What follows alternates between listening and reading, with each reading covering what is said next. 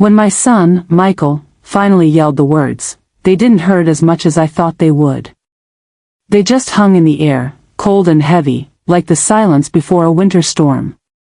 "My wife calls the shots here, Mom," he shouted, his face red and tight. "You're leaving. This is her house now." The silence after that was deafening. I looked at him, then at Sarah, my daughter-in-law, who was standing behind him, arms crossed, wearing a look of cold, quiet triumph. For a moment, my breath caught, and the old, familiar feeling of panic tried to squeeze my heart. But this time, something was different. I didn't cry. I didn't even flinch. Instead, a very small, very strange laugh escaped me. It wasn't a happy sound, it was the sound of a spring finally snapping, a sudden, sharp realization that the game was over. I laughed because, in that moment, I saw the truth with perfect clarity. They didn't see me as a mother, or a person, or the anchor of their family. They only saw me as a burden, a problem to be solved, an expense to be managed. And that's when I smiled. Not a cruel smile, but one of quiet, absolute peace. The kind of peace that comes when you finally know what you have to do. I smiled, and I reached into the pocket of my cardigan, pulling out a small, metallic card I'd brought with me. It was a card they hadn't known about for many years.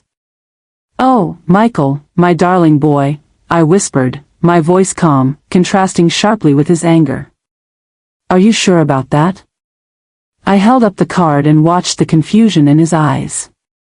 That little card, you see, was the key to everything. It wasn't a key to a house, or a vault, or even a safe deposit box. It was a key to the comfortable, easy life he thought he had built all by himself. It was his backup, his safety net, his freedom. And I was about to cut that net completely. I was about to walk out, yes, but not as the defeated, elderly mother they imagined. To understand why I laughed that day, why I didn't crumble, you need to understand the kind of life we had built. Not just me and Michael, but my late husband, Arthur, and the values we raised our son with. Arthur and I weren't wealthy people. We were teachers. Dedicated, hardworking, and modest. Our wealth was in time, in kindness, and in planning. We believed in the power of a safety net. Not a flashy, extravagant one, but a sturdy, dependable one. We taught Michael the value of $1, not by being stingy, but by showing him how hard it was earned. When Michael was a little boy, maybe 7 or 8, he wanted the most expensive toy robot. We couldn't afford it. Instead of just saying no, Arthur sat him down and drew a chart. He showed Michael how many hours of overtime we would have to work to buy that one toy. It wasn't to guilt him, it was to teach him the cost of things, the human cost. Michael was a good boy. He was happy, smart, and kind. He did well in school and went off to college, something Arthur and I were so deeply proud of. And this is where our story of the card really begins. Arthur had a principle. He called it the Springboard Fund. He didn't believe in giving Michael a huge inheritance one day, but in giving him a strong start.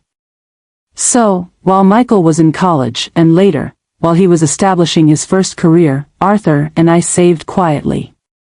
Every little bonus, every tax return, every small, responsible investment. We opened a separate, special account. The rules were clear, though unspoken. This money was for a foundation.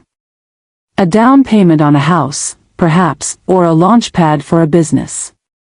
It was never meant for daily spending, for luxuries, or for recklessness. It was meant to be the solid ground beneath his feet when he needed it most. When Michael graduated, Arthur gave him a key, not a physical key, but a card. It was a secondary card tied to that special account. "This is your emergency," Arthur told him, his voice serious but full of love. "It's a parachute, Michael. You only pull the cord when the plane is falling, not when you want a comfy chair." Michael knew. He nodded and put the card away. He was working hard, dating Sarah, and full of ambition. He didn't touch it. Then, Arthur got sick. It was fast. Just 6 months from the diagnosis to the end. It broke our hearts, of course. During that time, Michael stepped up. He was present, loving, and strong. He was the son I knew and loved. Before Arthur passed, he looked at me and squeezed my hand. "The springboard fund stays with you, my love," he whispered. "It's your choice now. You are the holder of the parachute." After the funeral, after the immediate, stinging grief passed, things began to change. Michael married Sarah. She was a beautiful, successful young woman, very focused and practical. At first, I was delighted. I thought Michael had found his equal. They bought a house, a lovely house, bigger than anything Arthur and I ever dreamed of. Michael was making great money in his new job. Everything seemed perfect. They insisted I sell my small, lonely house and move in with them.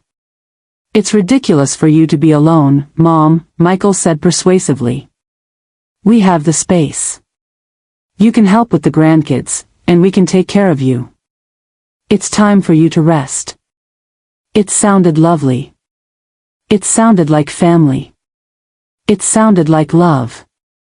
So, I sold the little house, put the money into my own savings, and moved my life into their beautiful, new, and increasingly unfamiliar home. That was 5 years ago. And that, I realize now, was when the parachute cord started to get tugged for the wrong reasons. The change wasn't a sudden, dramatic explosion. It was slow, like the tide going out, leaving everything cold and exposed. In the beginning, it was sweet. I cooked, I cleaned, I looked after the children, Lily and Ethan. They were my joy. I'd pick them up from school, help with homework, and bake cookies. Sarah worked long hours, and Michael was focused on his career climb. I felt useful. I felt like the essential, loving grandmother and mother. The first hints of trouble weren't about me, really. They were about money. Their money. I noticed that Michael was always stressed about their expenses. Their house was big, the cars were new, and the holidays they took were expensive. Sarah had very high standards, and Michael seemed desperate to meet them. They never discussed their finances with me, of course, but I heard the whispers, the sharp little dialogues late at night when they thought I was asleep. "We need to cut back, Michael," Sarah's voice would be tight. "The landscaping bill is ridiculous." I know, Michael would reply, sounding defeated. The bonus didn't cover the new car payment like I hoped. My own money, the savings from my house sale, I kept absolutely quiet about. It wasn't a secret from them, exactly, but it was mine, and I was responsible with it. I paid for all my own things, my clothes, my small trips, the little gifts for the grandchildren. I never asked them for a penny. But then, the expectations started. It began innocently. "Mom, could you just run to the store for me? Grab some milk and, oh, just pick up that new organic chicken for dinner. It's better for the kids." I would, of course. I'd pay for it myself, always. It became a habit. Soon, it wasn't just milk. It was the entire weekly shop. It was the children's new shoes. It was the gas for the car I used to ferry them around. My small, fixed income was slowly being eaten up by their family's daily needs. I didn't mind the spending itself. I loved contributing. But I started to feel less like a contributor and more like an unpaid, unappreciated, live-in bank account. One day, I was sitting with Lily, my sweet granddaughter, when she showed me a beautiful, expensive ballet costume. "Grandma, look," she beamed. "Daddy bought it for me. He said it cost almost as much as your special savings jar." I laughed it off, but later, I went into my room and looked at the little savings jar I used to keep my loose change and the small amounts I set aside for a rainy day. It was smaller now. Much smaller. The emotional distance grew, too. Sarah's tone changed. Mom, when you load the dishwasher, please remember the fork tines face up. Michael says it's better for the sterilization. Or, Mom, when you watch the kids, make sure they only watch the approved educational shows. No old cartoons, please. They're too chaotic. I felt like an employee being micromanaged. Every act of love, every gesture of help, was met with a correction or a standard I had failed to meet. The kitchen, which had been my sanctuary, became a minefield of rules. Don't use the copper pots. Don't put the glass in the bottom rack. The towels are for display only, and Michael saw it, but he was silent. He was tired. He was stressed. When I tried to talk to him, he would just wave his hand dismissively. Mom, please. Just let it go. Sarah is just stressed. She runs a tight ship, that's all. It's her way. Just try to keep the peace, okay?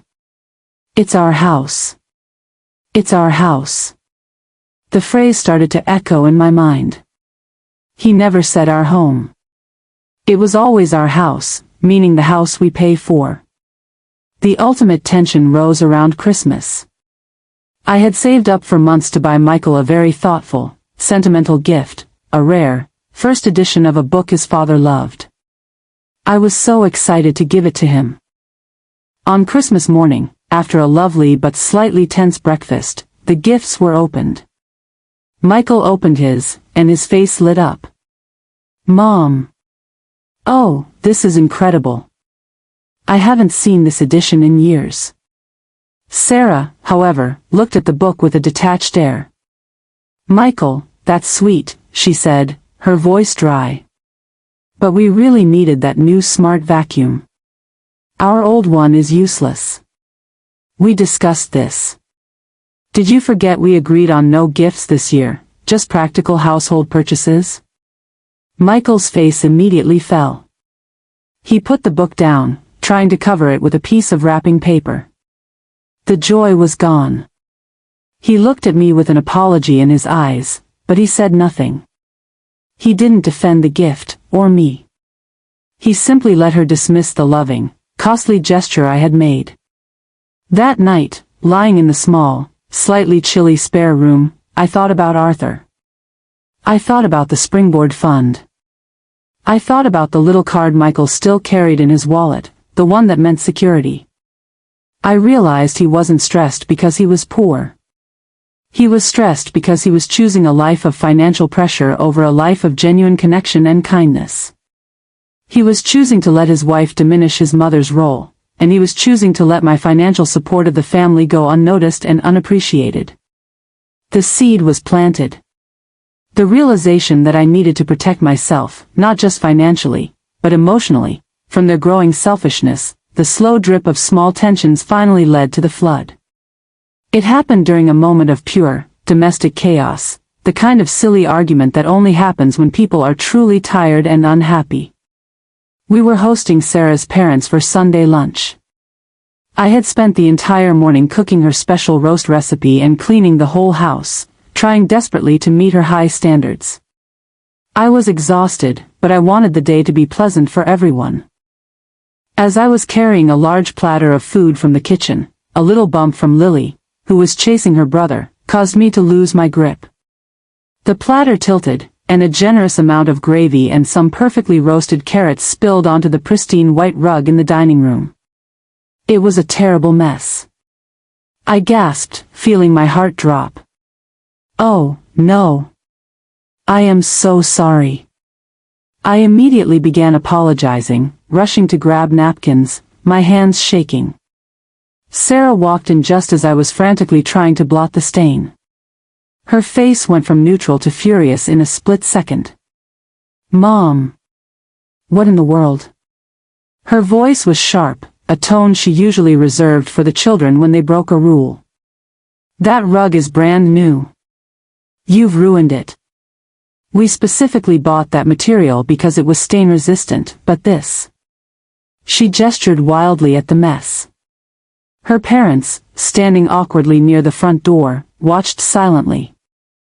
I looked at her, and for the first time, I felt a flicker of true, justifiable anger.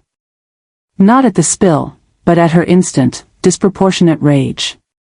Sarah, I said, I'm sorry. It was an accident. Lily bumped me. I will pay to have it professionally cleaned, of course. Cleaned? She scoffed, loud enough for everyone to hear. It will never look the same. This is a $4,000 rug, Mom. We can't just throw money at problems because you're clumsy. That word, clumsy, hit me hard. It wasn't about the rug anymore. It was about her complete lack of empathy for me, her desire to publicly shame me in front of her own parents. Then, Michael came storming in, drawn by the raised voices. He saw the mess and immediately, instinctively, sided with his wife. Mom, what is this? He demanded, not asking if I was okay, just looking at the mess. Sarah, calm down. It's just a spill. But his tone didn't sound calm, it sounded irritated with me. Sarah didn't calm down. It's not just a spill, Michael. It's the constant disrespect for our things, our rules, our space. She's here all the time, she uses our things, and she's always messing something up. The house is not big enough for all of us, and honestly, she's become a liability. The word liability hung in the air. That was it. I was no longer a mother or a guest or even a family member. I was a liability. I stood up straight, letting the soggy napkin fall from my hand. I looked directly at Michael. Michael, I said, my voice low and steady. I have helped you for 5 years. I have raised your children, cleaned this home, and paid for half of your groceries. I have asked for nothing. And now, for a moment of clumsiness, I am a liability. He turned on me then, his control snapping completely. He was tired of the tension, tired of being caught between us, and he chose the path of least resistance. He chose to get rid of the problem he thought was easiest to solve. Enough, Mom, he exploded. His face was a picture of stress, anger, and a terrible, cold defensiveness. This stops now. Sarah is right. We can't live like this. It's too much tension. My wife calls the shots here. You're leaving. We will find you an apartment or a nice place, but you have to go. This is her house now. The words echoed the opening of our story. He said them with absolute conviction, an order, a demand. And that's when I smiled. The small, quiet, knowing smile that came from a deep, internal place of realization.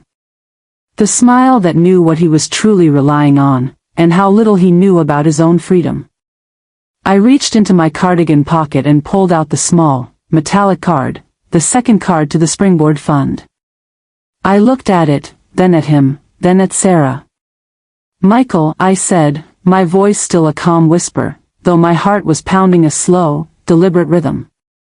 I understand completely. You are right. This is Sarah's house. And it is time for me to go. I didn't stop there. I needed him to understand the cost of his choice, a cost far greater than the $4,000 rug. You speak of money, Michael, and liability, I continued, taking a slow, deep breath. You are clearly under great financial strain, desperate to please Sarah's high standards. That's why you are reacting like this. So let's talk about money, my son. I looked at the small card in my hand. Do you remember your father, Arthur? Do you remember the Springboard Fund? The parachute? The fund that was supposed to give you a foundation, a safe start? His eyes went wide. He hadn't thought about that card in years. Yes, Mom, but that's mine. You know Dad said that's my inheritance. No, I corrected gently, shaking my head. Your father said it was a springboard. And he made me the steward of it. He told you to only pull the cord in an emergency, not when you wanted a comfy chair. I took a deep breath. For the last 2 years, Michael, every time you've been stressed about the mortgage, every time you've bought an extravagant gift for Sarah to keep her happy, every time you've needed a little top-up to keep up with the expenses of this beautiful house, you've used the card. You've pulled the cord, Michael. Not for an emergency, but for a lifestyle. His face paled. Sarah's eyes narrowed, finally paying attention. What are you talking about, Mom? I haven't used it. He was sweating now. Oh, yes, you have, I confirmed, my voice full of quiet sorrow. I received the statements. Every month, a little dip. The large payments for the new car. The extra payment on the mortgage when your bonus didn't come through. The funding of Sarah's business trip to Italy last year. You treated the Springboard Fund like an overdraft facility, Michael. You treated your father's legacy of a safe future as your personal spending pot. I held the card up, between my thumb and forefinger. You told me I am leaving. You told me your wife calls the shots here. You told me I am a liability. You have chosen her needs over my presence, and your comfortable lifestyle over your family's respect. I reached into the pocket of my cardigan again and pulled out my small pair of travel scissors, the ones I used to trim threads. I held the card over the spilled gravy, symbolizing the irreparable mess. And I choose my dignity over your convenience. Slowly, deliberately, I inserted the blade into the magnetic strip. Snip. Then again. Snip. I dropped the pieces onto the white rug, right next to the gravy stain. They were 2 worthless pieces of plastic. That, I said, looking him straight in the eye, was the card to the Springboard Fund. And that, I nodded towards the severed plastic, is me canceling his card. Effective immediately. I am leaving, Michael. But I am not leaving defeated. I am leaving because the mother who provides your emotional and financial safety net has been called a liability. I turned my back on the shocked silence, gathered my purse, and walked to the spare room to pack my bag. The silence in the dining room was the quietest, most powerful sound I had ever heard. The emotional aftermath of that moment was not a fight, but a profound, chilling silence. I packed my 2 suitcases in under 10 minutes. Not because I was rushing, but because the room held so little of me. All my important possessions, my husband's few mementos, my precious photographs, my personal documents, were in a few boxes, ready to go. I had been planning for this day, subconsciously, for months. I just hadn't known what the catalyst would be. Michael came to the doorway as I zipped the last bag. He looked like a boy who had just been slapped with a cold, hard truth. All the anger was gone, replaced by a dawning, terrible panic. Mom, please, he stammered, his voice broken. Don't do this. I didn't mean it. We didn't mean it. Sarah is just, she's stressed. We need you. We need the money. The panic was real. And it was all about the money. Not about the mother. Michael, I replied, my back still to him, folding a simple scarf. You were right the first time. You meant it. You just didn't mean the consequences. You said you needed me to leave. I am leaving. You said your wife calls the shots. You have to live with that choice now. I turned to face him, my expression one of deep, abiding sadness, not malice. You need me, my son, for the wrong reasons. You need me to be silent, to be your unpaid help, and to be your secret, emergency bank. And when I stopped being perfect at those roles, you discarded me. I cannot live where my presence is a service, not a comfort. He tried to plead. But the kids, Mom. Lily and Ethan. They need you. I closed my eyes for a moment, letting the grief of that argument wash over me. The children are my greatest sorrow in leaving. But I cannot teach my grandchildren that this is how an older woman is treated. They need to see strength, not compliance. They need to see that Grandma knows her own value. I walked past him and went out to the hall. Sarah was standing near the living room, pale and watching. Her parents, thankfully, were already gone, having made a swift and quiet exit after the scene. I looked at Sarah, and in my eyes, I hoped she saw only pity. "Sarah," I said quietly. "You and Michael have everything you ever wanted. The house, the career, the family. But you have built it on debt, stress, and a lack of respect. When you marry a man, you marry his family, not just his bank account. May you find peace in the choices you have made today." I didn't wait for a reply. I simply walked out the front door, pulling my 2 modest bags behind me. I called a taxi, and when I sat in the back seat, watching their beautiful, cold house disappear. Inside was a cashier's check for the $4,000 to replace the rug. I included a short, handwritten note. "Dear Michael and Sarah. This is for the rug. I always pay my debts. I hope you will now learn to pay yours."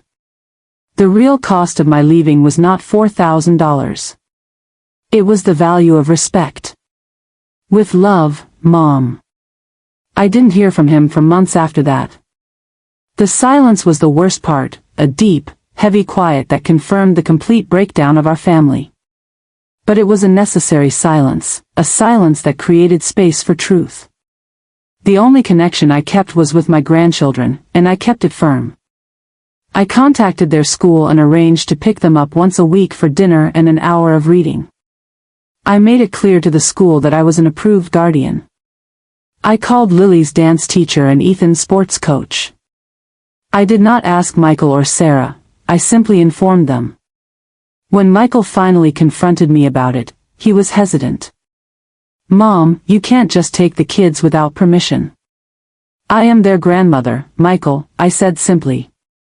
"I am teaching them about the power of unconditional love, and the dignity of a woman who walks away when she is mistreated. They will always have me.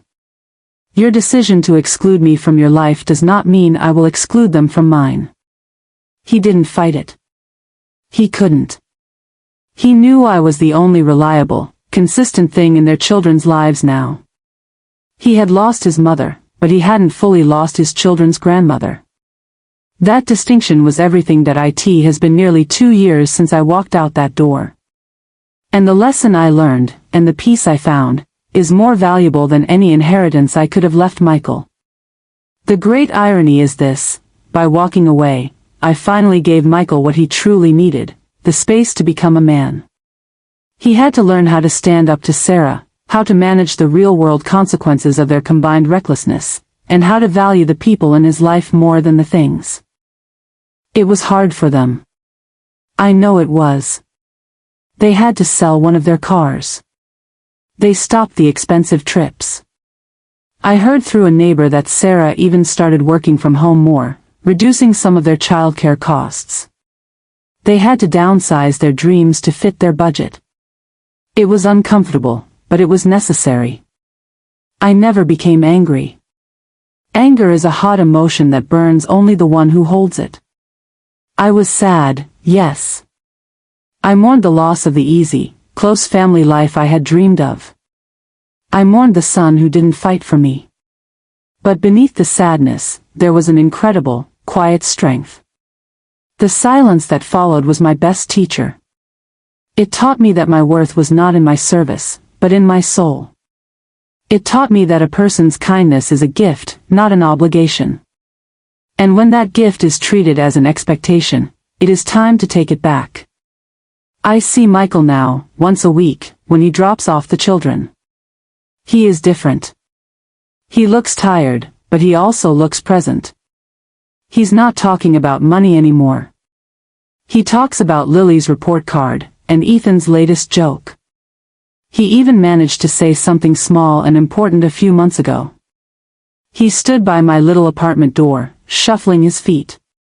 "Mom," he said, barely a whisper. I was wrong. I was so arrogant. I truly thought you were my backup plan. I didn't see you. I'm sorry." It wasn't a perfect apology, and it didn't solve everything, but it was real. "I know, Michael," I told him, giving him a gentle hug. "I forgave you the moment I walked out the door. But forgiveness doesn't mean forgetting the lesson. It means building a new relationship based on truth, not convenience. My life now is simple, peaceful, and mine. I volunteer at the local library. I have a small garden on my balcony. I have my grandchildren, who now come to a place where they are simply loved, not judged or monitored. The lesson I carry is this, a truth that applies to every mother, every friend, every person who gives too much. True love is not a blank check. If someone only wants you when you are carrying their burdens, whether those burdens are financial, emotional, or practical, then they don't value you. They value your service. The greatest act of self-love is sometimes the quiet, dignified walk away. You can leave a situation and still hold love for the person. You can protect your peace and still wish them well. I canceled his card, yes. But in doing so, I didn't take away his security. I took away his dependence, and I finally gave myself back my own peace. And that, my dear friends, is the only springboard anyone truly needs, the one that allows you to launch yourself toward your own dignity.